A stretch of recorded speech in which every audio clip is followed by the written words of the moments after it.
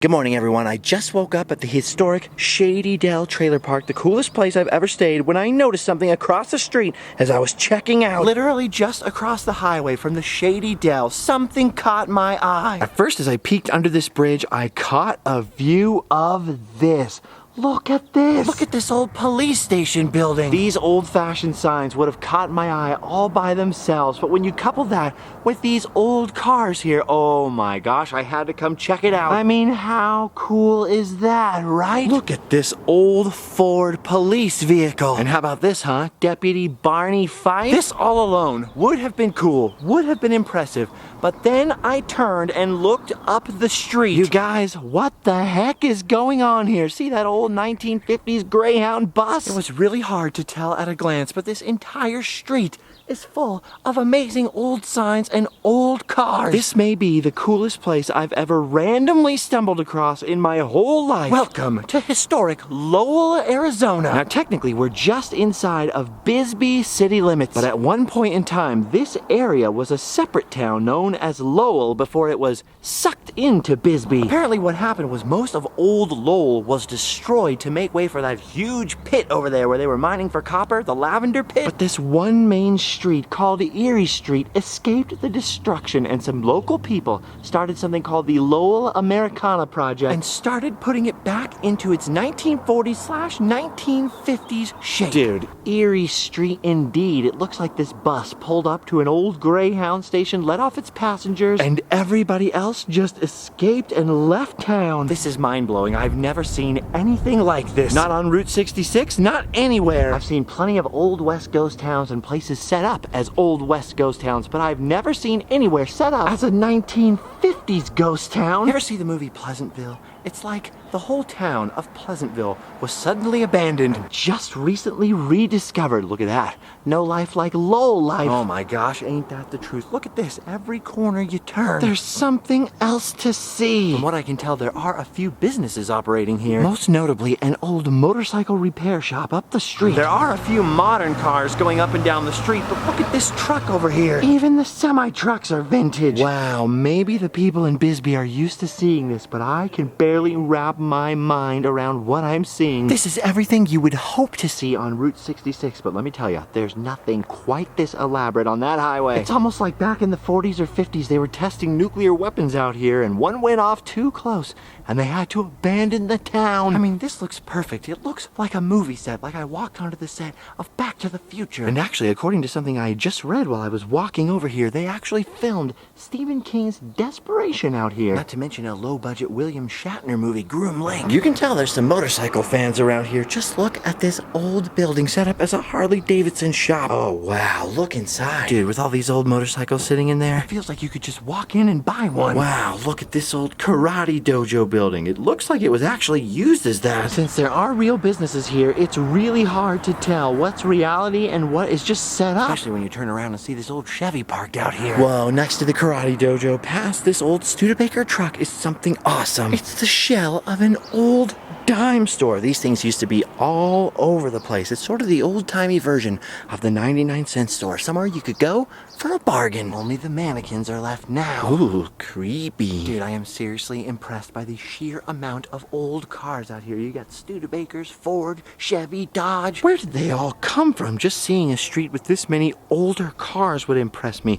much less with all these stores. See, if you look past the windows, a lot of these places are just empty shells. But because of the window displays, you would never know. You would think you could go buy a hat. Good thing I've got my own hat and I don't need to buy one. Whoa, look, just behind that old Edsel is the motorcycle repair shop. This is one place that's definitely still in business. Wow, and then look next door. Looks like this is an old theater being used as a modern contracting business, but they kept the outside so old school. I feel like Lightning McQueen when he first discovers Radiator Springs. Just a perfectly preserved gem of an old town full of old cars just hanging out with each other. I have never had such a strong feeling of just walking back in time. Oh, look at this guy walking back in time. Hi, puppy. Okay. See you later. Oh, darn it. I thought I was gonna make a new friend for a second there. Look at this. Look at the front of the Lowell gym. From what I can tell, they're actually using this as a real private gym. But because the windows have old trophies and old exercise equipment, it really sells the idea that this is a gym from the 50s. Speaking of windows, look at the reflections. This is what really sells it. All the old cars on the street mean when you're looking in the windows, you see the reflections of them. I think that honestly really helps. It really makes it look like a picture from the 1950s because you can see these old cars. Looks like this is the doorway to the old pool hall. And here's a pretty interesting sign right here. Old Lady Pickers. Huh, nothing in there, but it looks pretty cool. Wow, this is amazing. Where am I? Now you can see that not every building in Lowell has been so lovingly restored. But that's kind of cool though, because it gives it a sense of age. Not to mention, this is basically a photographer's paradise because of all the juxtaposition here.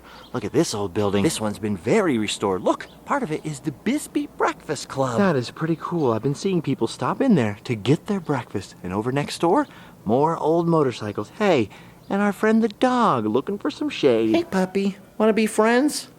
No? Dang it. All right, now that we've reached the Bisbee Breakfast Club, we are almost at the end of Erie Street. Apparently, this is where most of the residential part of the town used to be, just over here. But as you can see, even though the old stairways and the old curbs remain, there are no more buildings this way. In fact, the town just sort of dead ends. We got this amazing old street from Old Lowell, Erie Street, and then just nothing. You can still walk on this old sidewalk here, but you know what?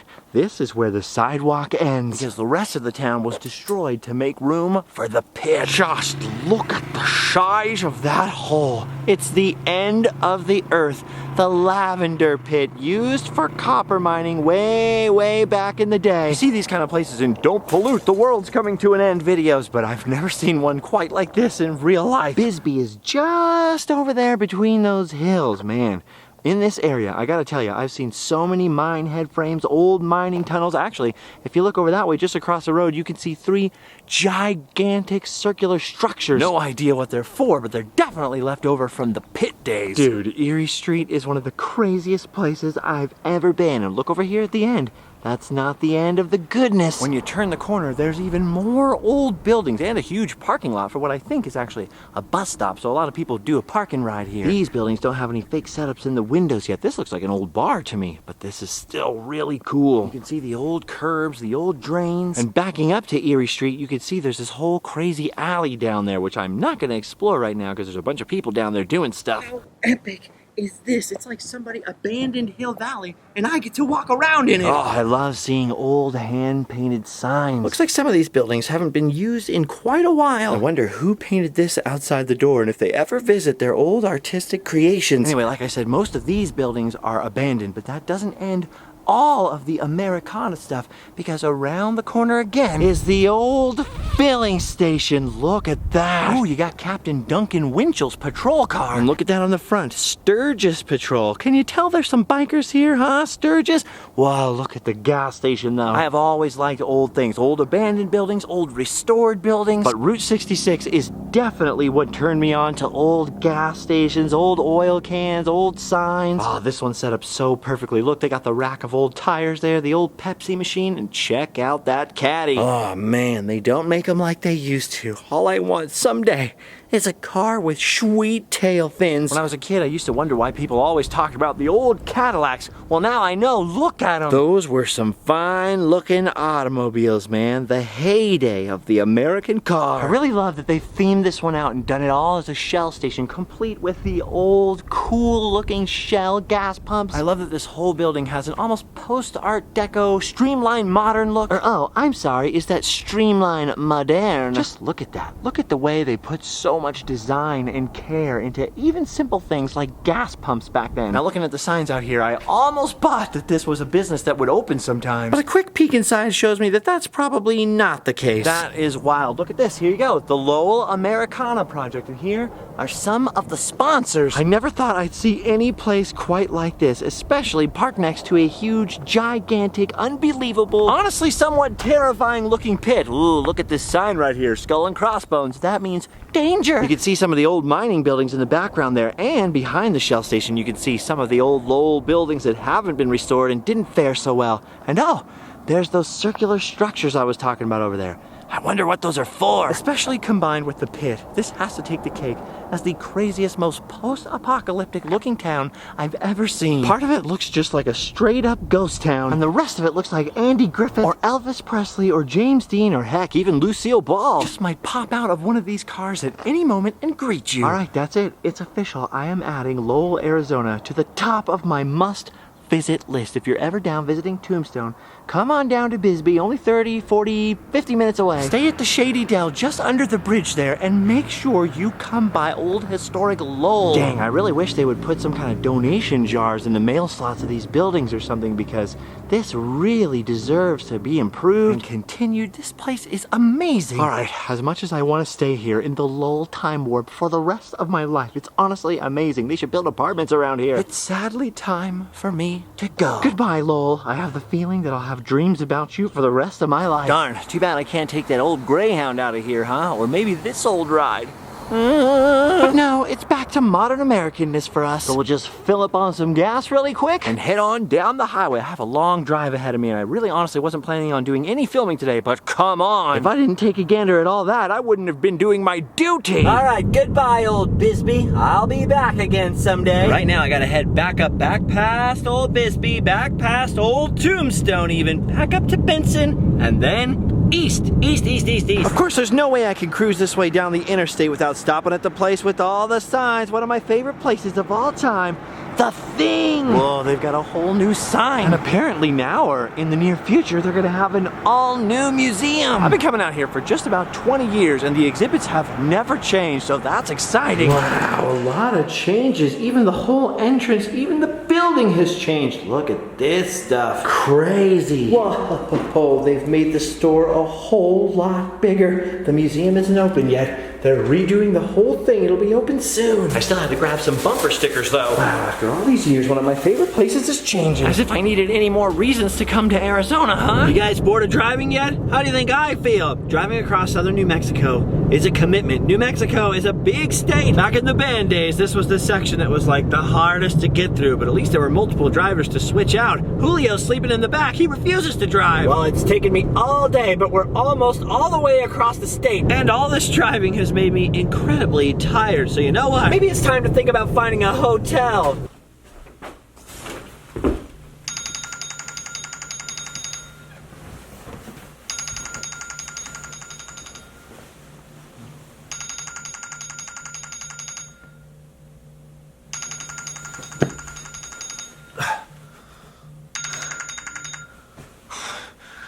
How did I even get in my bed?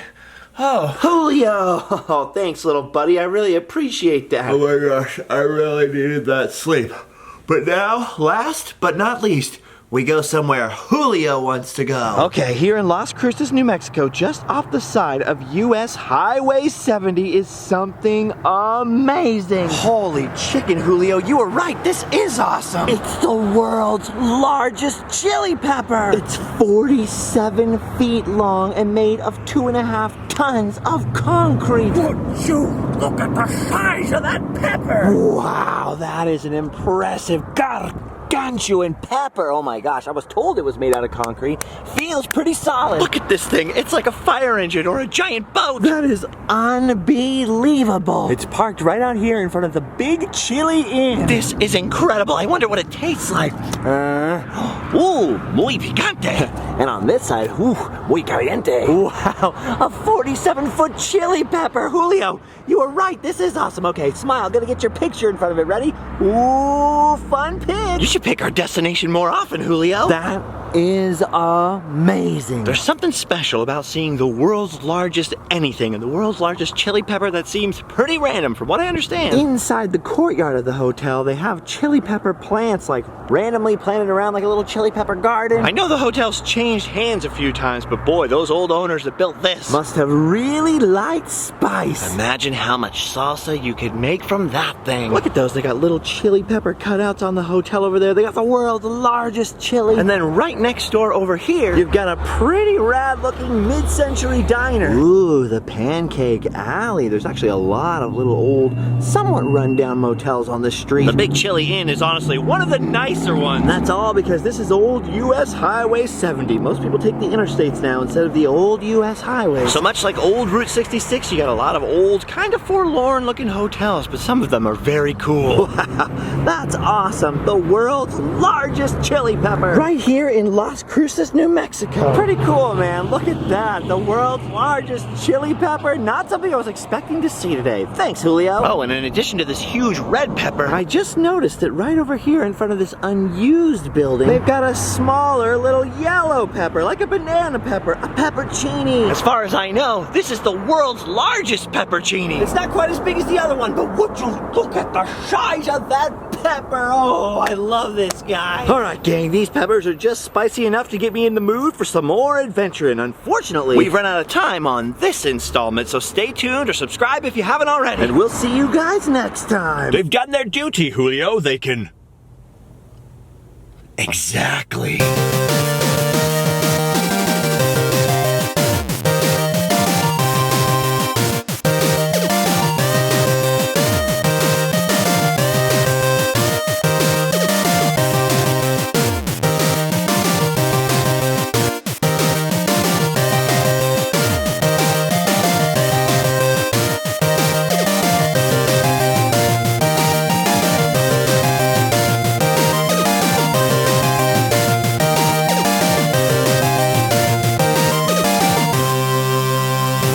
Better lick this one too.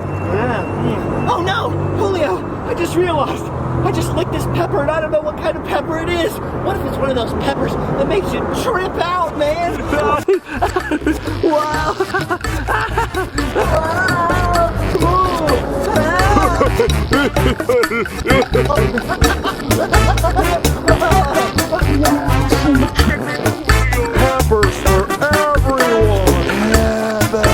King, I'm fine.